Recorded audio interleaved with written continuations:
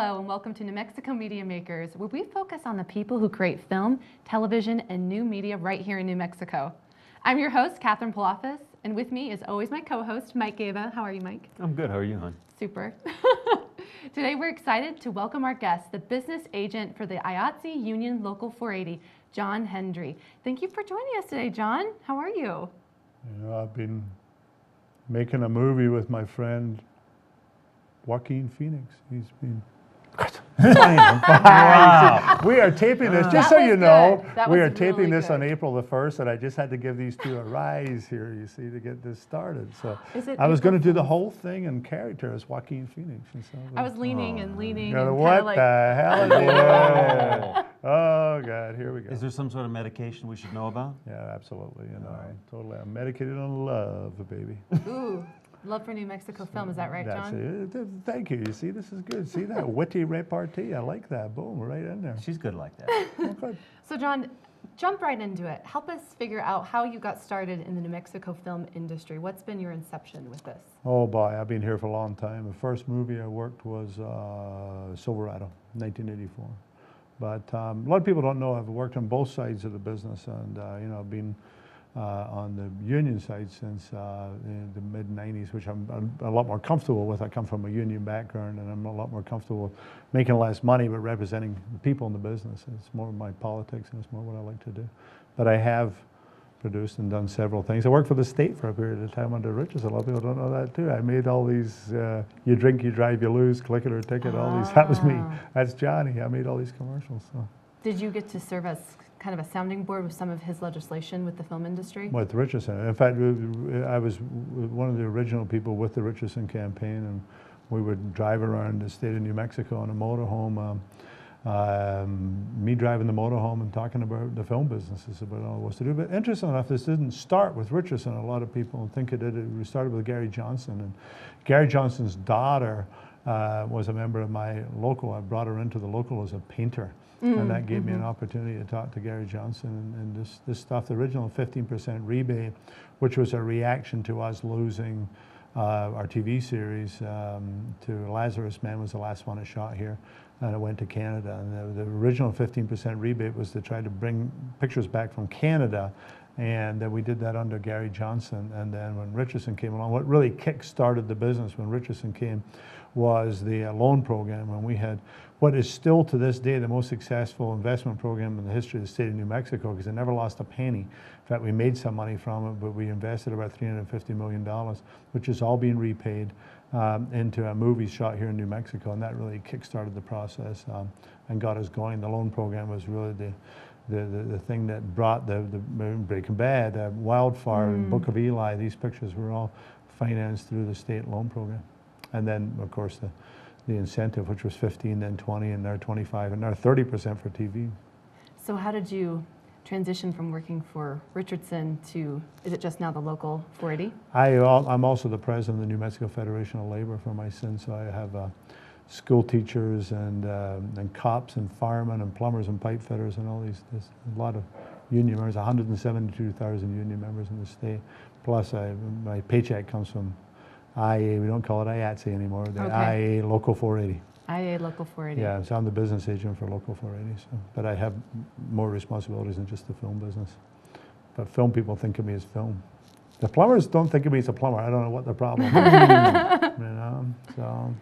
Well, now, you've been under several different governorships. Sure. How do you feel the tutelage of Martinez is going so far, as far as you know, the media industry? I'm glad you said tutelage, because, you know, I think the mistake that we made is we were all kind of in love with the other candidate who was running against her, because she was very familiar with the business. And we hadn't done a good job of persuading this governor of the value of film. And, you know, we can't complain about her if it's our fault. I mean, you don't intuitively know what the value of film is to the New Mexico economy. It's an education process, and we were not there in the primaries, you know, when she was running in the Republican primaries, and we weren't there to, you know, to teach her, you know, what it was. But I think she's learning. Her heart is to create private sector jobs. Private sector jobs are the hardest. Manufacturing jobs are the hardest jobs to create in the world. I mean, it's fairly simple to build a Walmart and employ people at minimum wage in 31 hours, so they don't get Benefits. They don't get benefits, although they are being taxed in the state of New Mexico now for the first time. We're kind of fond of that. But manufacturing jobs, high-paid manufacturing jobs with healthcare and retirement and everything else are really hard things to create. So, and she's learning that. I mean, she hasn't been successful in doing that. The film business is the only business that's created jobs in New Mexico this century. 12,000 new jobs, Really? most of which are union. And I mean, nobody else is. Every other industry has lost jobs, with the exception of service. I'm talking about manufacturing industries that lost jobs, even oil and gas. You know, because once you're stuck that, you see, I know the terminology. Once you're stuck that straw in the ground, then a lot of the jobs are gone. It's in exploration and drilling, but once you're drilling, you know, you're just watching that thing go up and down and making money. So who would we say is responsible then for teaching the governor, for teaching even just the general public, how important it is and how intrinsic it is to our economy? Well, not me, because I mean, I can talk to union people, but I mean, the thing about union people, there's certain groups it's okay not to like Scottish people. You know, because anyone you know? Groundkeepers Willie and Scrooge McDuck and all these horrible characters, even Scott, the lawn fertilizer guy. I mean, why is my ethnic group, we're allowed to make fun of my ethnic group? I think personally we should all get together, all races, creeds, religions, and hate the French, because that's so easy. You know, and it's easy to hate the French. But why Scottish people? But Catherine is French now. What do you say? Oh, I was going to say you're French. Mademoiselle. No parlez-vous français? But you know, but I can't. The governors all got to listen to me because I'm union. You know, those businesses that make a living, the companies that sells glass or lumber, or the hotels or the car rental companies, or the vendors in the business, the studios and everything else. I mean, they've got to pick up a little bit of the slack, because we did that for 8 years under Richardson and 4 years under Gary Johnson. At some point, the industry's got to say, we're making money from this, and we're going to talk to people who we have influence with. Yes. And I hope they're doing that. I believe they are. We had a lot of bipartisan support. And this particular legislative session, we had a lot of Republicans voting for this as well as Democrats. Why is that? Well, because again, it's kind of making, you can talk all you want about jobs, but we're creating jobs. I mean, you can have a conversation about jobs, but if you're waiting for the next Toyota plant, it's not going to happen. We're too far away from the major markets. Our workforce needs to be more educated to get a big manufacturing facility in here. Look what happened with Intel. You know, 6,000 jobs is now down to 3,500 jobs. You know, so it's hard, and they can't get the engineers that they need. I mean, we don't produce the quality of graduates from our universities, and frankly, we spend a lot of money in education in this state. About 55% of our state budget is nowhere near enough. We need to make a major investment in education, and what we need to do is stop educating people to become the educated workforce of Phoenix or Dallas or Denver. Yes. Because what's happening is that once we send our best and our brightest out of state to find jobs, 97% of them never come back. Right. So all we're doing is making the taxpayers in New Mexico are like a farm system for the big leagues of the cities around us, and that's just wrong. And we need to do something like the film business, which keeps our best and our brightest right here. And the best and the brightest are coming to New Mexico from Los Angeles, from New York, or probably more importantly, out of our high schools, our colleges, our junior highs, our 2-year community college, 6 programs, which are very successful. That's where our people are coming from, and we're keeping our best and brightest right here. That's why film's, you know, is a good investment. No matter what money it costs us. And by the way, the little secret is it's not costing us any money. They talk about it costs us $50 million a year. Nonsense. Single entry bookkeeping. Okay. That's all it is. They don't take, I mean, I can do the math off the top of my head. You know, if the taxes are approximately 8%, they have to pay the taxes first time, 25%, 8%, so 17% is left. If the money is spent once, you're now down to 9%. If the money is spent twice, you're down to 1%. That's what it costs you, 1%. So it's not costing you $50 million, it's costing you $500,000. $500,000 for all the tourism and the infrastructure building and everything else you get for it costs you $500,000. And I would say that if it cost you $50 million and kept our best and brightest right here, it's worth it. But it's not. This nonsense that it costs us money, single entry bookkeeping. You know, I think the general public that is watching doesn't really realize how intricate, as you said, the jobs creation can be from this. They just mostly think of it as actors and producers that come in and make a film and then leave. Sure. Could you describe for our viewers exactly some of the jobs, other than the most obvious, that are created, how that infrastructure supports Well, it's good that the actors and producers leave, because they're not the type of people you want to hang out with. Was that on? Was late onset Tourette's? I'm so sorry, but I love actors and producers. So, but you know, we represent 83 crafts, and that's just my union. There's 6 other unions in the business. Everything from you know, drivers to grips, everything from hair, makeup, and wardrobe to the people who build the sets, you know, the art department. We are artists and artisans. We are being paid to create art, and that's great. And nowhere in the modern world have we created a society where artists are properly compensated outside the film business. This has never happened before. Right. I mean, a little in theater, a little of the largesse when you painted the Sistine Chapel or things like that. You know, but in general, it's been hard for artists to get paid, to get health benefits, to get a decent retirement. Yet we can do it in the film business, and to be a paid artist is pretty good. What's the IA 480 for someone who's just tuning in right now? We are the technicians union. We represent the below the line technicians who are not the actors and the producers, the writer, the director, but everybody else. We represent them. So. You know, we see at every presidential run, there's a lot of aggression towards unions. Mm-hmm. How has that changed, and what's the future of union membership? Do you see it as something that's kind of vacillating back and forth depending on the administration, or is there a bright future for it? Well, I mean, they should be, because I mean, without trade unions, there'll be no middle class, and you've a stratified society of working people and rich people, and there's nothing in the middle. Trade unions are here to protect the middle class, and this is what you should aspire to, a union job. In our business, you aspire to a union job. You get into the business, you're starting on union. When you get your union card, you know you've made it. Yes. And you can't make it till you get your union. I don't care if it's SAG or DGA or Producers Guild or Teamster or IA, American Federation of Musicians, you know, AFTRA, whoever. I mean, to get a union card is a goal.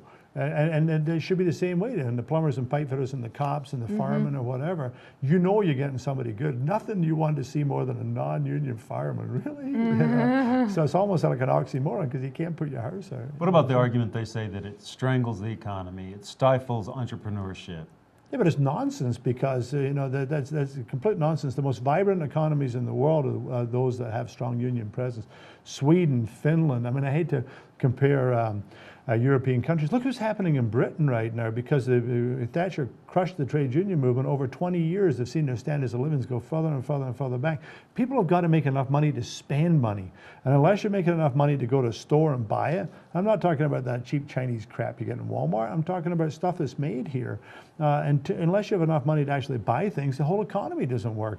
And as we push out the unions and people make less and less money, the economy will fall apart. They're starting to see that in Michigan. They went right to work about 4 months ago to kill the unions. They're already starting to see it. The best economies in this country, the most vibrant economies in this country, and strong union states like Massachusetts, New Jersey, even California. You know, I mean, in California, you make a lot more money. You breathe a lot cleaner air.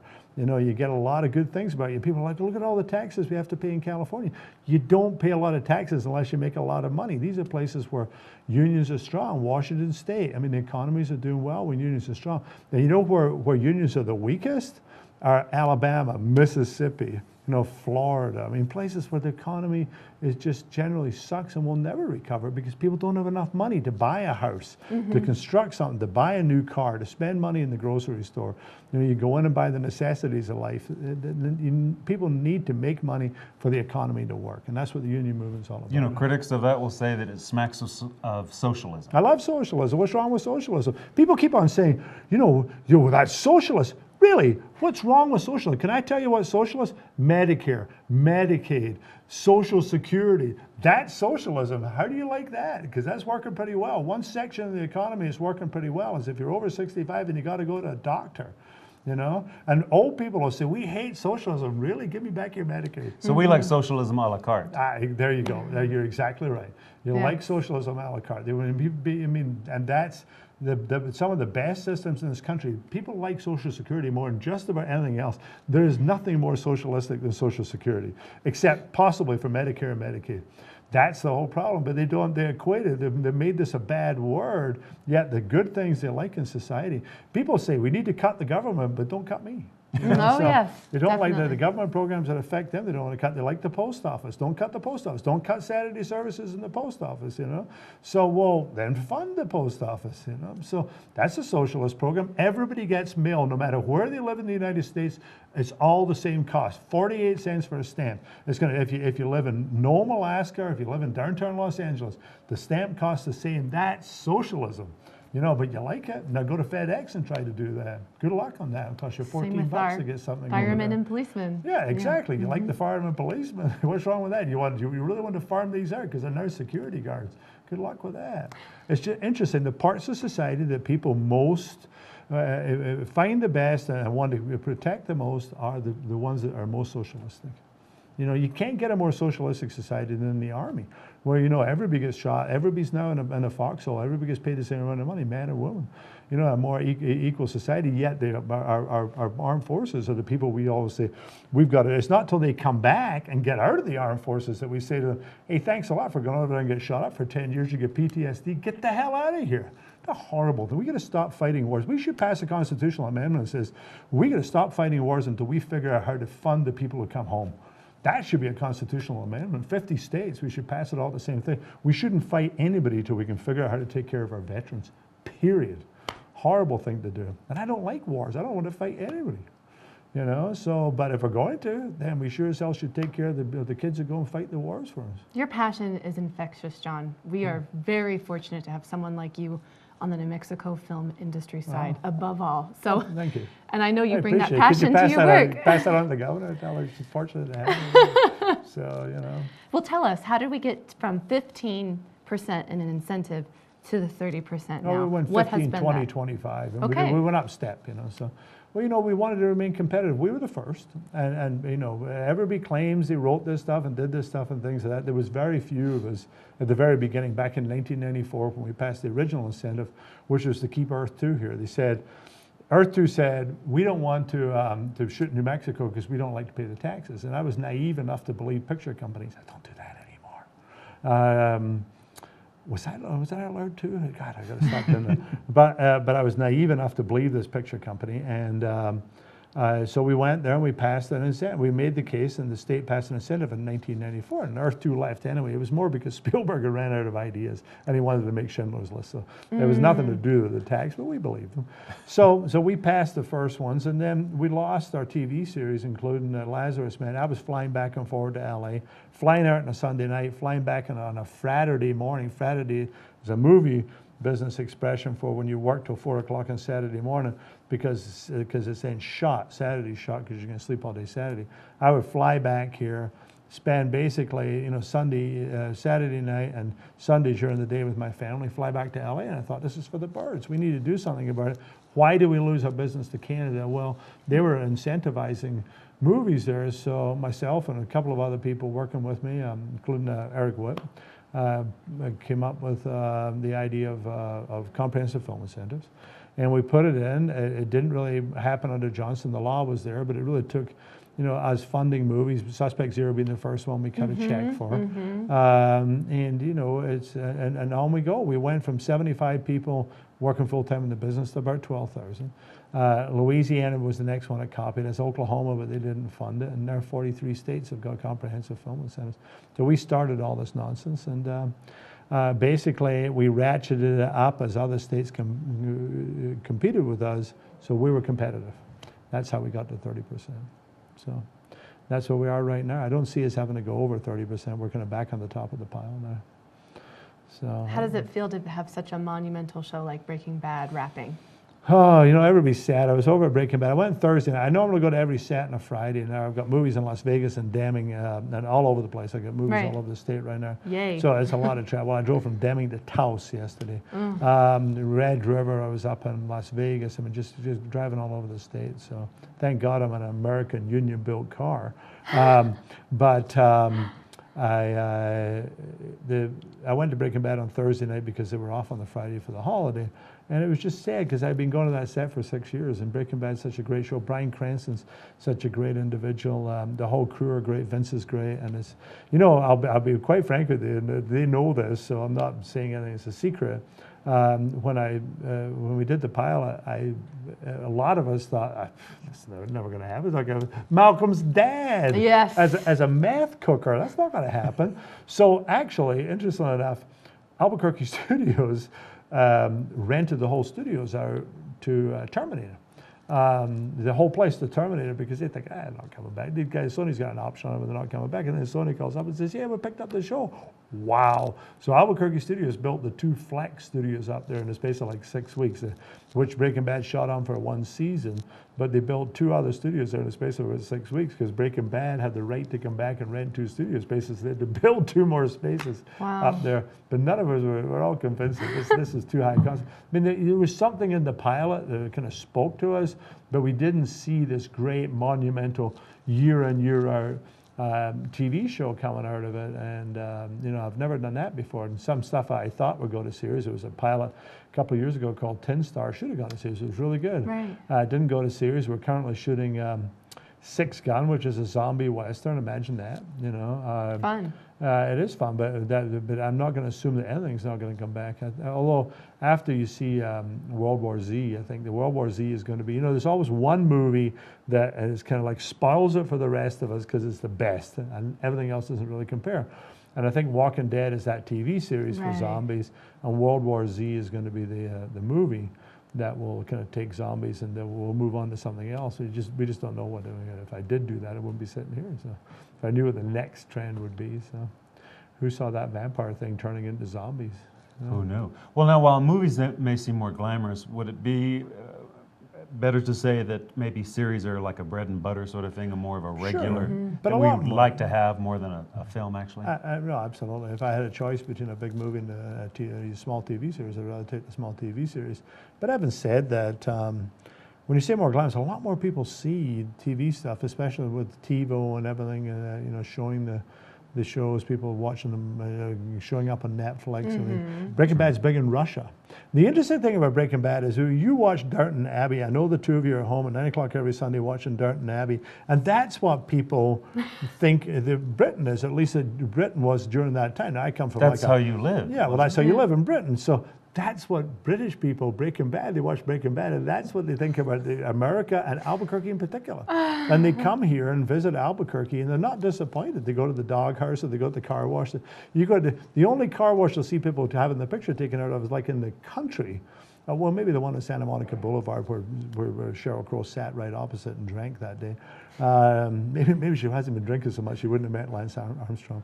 But boom. The octopus. But the octopus car wash, but people, and you can drive up and down Central and see people taking pictures of the iconic Breaking Bad, but they come from all over the world. But that's what they think of us. They think we're the meth. Well, when they are. I mean, it's almost a documentary, I suppose. So are there specific Breaking Bad tours? Like, can people absolutely. fly in? Oh, Yeah, they do. There's Breaking Bad, they'll take you around in a limo. There's bus tours. There's The trolley. There's a trolley. There's a BBQ whole Breaking trolley. Bad industry here in town. You can buy Breaking Bad bath salts, and there's all sorts of stuff you can buy. There's a whole lines of paraphernalia, and it's a bad word. There's a whole lines of souvenirs, stuff you can buy from Breaking Bad. But there's guidebooks and websites and actual tours, and you can see them. They come out on the Breaking Bad set, and they're used to them now, and people are walking around with a little sign, and things like that. Rather than wait for Hollywood to come to us with projects, what's the future for us creating our own, making our own industry rather than wait to get it? Yeah, I'm glad you asked that because we should be more creative. This is a very creative state. Yes. We have more artists per head of population, more actors per head of population than any other state in the union here, and we should make more of our product. We don't make enough movies of our own. Now we're seeing more of these movies coming in. The Rambler went to Sundance, and that was shot by students from Roswell. There's a couple of movies shooting in Albuquerque right now, one at $600,000, one at $3 million, which are more locally generated with a lot of people and these local people in these movies. We should be able to make better stories. It's funny because we create great stories, we get great writers. Some of the best core source material comes out like Tony Hillerman or all the pretty horses. Bless Me Cormac Ultima. McCarthy, Bless Me. Yes. There you go. Well, I always thought, I could never, I think you got to be Hispanic to get bless me open. I really do. I swear to Yeah, God. it's a growing population. Yeah, but I said, I That's never right. really got that. But Cormac McCarthy living right here, you know, why don't we make Blood Meridian? We made all the rest of the books. Why don't we make That'd Blood be a very Meridian? graphic film. It would be, but I mean, I still think we should. But I mean, it's worth making because it's so Django. Well, Django is true. Blood Meridian for Native Americans.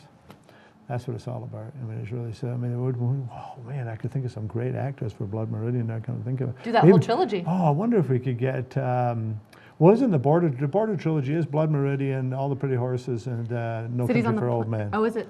Or is Yeah, it Cities that's on the trilogy. Plane? I don't know if it's No, that's the city. No, But it's is not it part No of the Country? trilogy. I didn't think it was The No trilogy Country. is Blood Meridian, No Country, and All the Pretty Horses. No Okay. Country is the last one. All the Okay. Pretty Horses is the middle one. Blood one, because they all take place in the same place. You know, it's all in physically the same place, and that's the point. It's the Border trilogy. And it's shooting here on the border. I think so. I may be wrong in the books, but no, I don't think. I believe I'm right. Cormac McCarthy's a fascinating. But Max Evans. I mean, The Rounders. You want to see a great movie by a New Right. Mexico Yes. writer? The Rounders Yes. is a great picture. Yes. But High-Low Country, well, Stephen Frears, I don't know, what was he thinking? I'll tell you what Stephen Frears was thinking, because I skirted with him. Stephen Frears absolutely fell in love with the High-Low Country, fell in love with New Mexico. Same thing with Billy Bob Thornton and All the Pretty Horses. There's a lot of wide shots of doubles riding horses and things like that, because DPs come in here and they fall in love with the place. Sure. Right. Directors fall in love with the place. And they don't necessarily make stories about actors, because all good stories have got to have people who can tell the stories. And you can't tell it in a long shot. That's a travelogue. And so High-Low Country and All the Pretty Horses were two movies that I thought showed great beauty scenes in New Mexico, but the story didn't make a whole bunch of sense because they spent so much time. You know, the commonality between the two of these is Penelope Cruz. She was in both movies. Her first movie here was High-Low Country, and then she was in All the Pretty Horses. Pretty Horses. So I love Penelope Cruz. Not physically, well, maybe I could. Do you have a story to tell us about Penelope? I could tell you about Penelope Cruz, but that's Okay, as just- soon as the camera's off, absolutely. we'll hear the story I'll about tell you a story Penelope. how Penelope Cruz landed on top of me in a truck accident, but that's a whole different thing. Okay, can we just Not cut for- this short now? Not for TV. Well, how about this, John? What is your culmination of everything you want to have happen in like a sentence for New Mexico right now in the industry? I think you're so right. You've got it. We need to tell our own stories, our own people telling our own stories, and that's what it's all about. That's I think where the New Mexico film business needs to be, and I think hopefully that's the direction we're heading. Well, besides Penelope, I feel you have lots of stories, and maybe we could do a biopic of you here in New Mexico.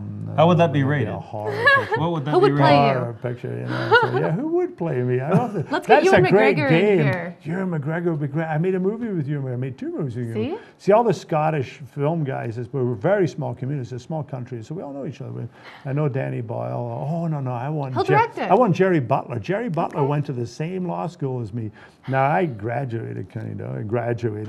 He was the president of Glasgow University Law School, which is one of the premier law schools in Europe and the premier Scottish law school. He was a semi-professional soccer player and an actor. And you know, if I was to be anybody else in my life, it would be Jerry Butler, because he's like 5 years younger than me too. So, but Jerry Butler should play me. He's got the accent there. So Well, I hope he's he's perfect. listening right now. I don't know, but I'm going to call him. I'm going to tweet him. I'll tweet him afterwards. So my media guy says I should tweet more often. I'll tweet you. We'll Yeah, tweet. yeah, there we go. We should exchange tweets. Well, we've got a tweet out of here, although it's been a great show and we've had a great time speaking with you. Please come back and visit us Anytime. again. Always happy to be here. Maybe next time you'll fix the air conditioning. Oh, I thought it was just, no, not just Mike? Okay. No, it isn't. It's just, I'm as hot as everybody else here. And that'll do it for us here today on New Mexico Media Makers. We'd like to thank our very special guest, Jon Hendry. Hey, my pleasure. And he said he'll come back and tell us about Penelope, I will. with cocktails, hopefully. And that'll be it for our host, myself, Mike Gaba, and your name again was... Catherine Palafis. Yeah. You looked familiar. I just couldn't figure out what it was. So pay attention, because you never know when you'll be on camera.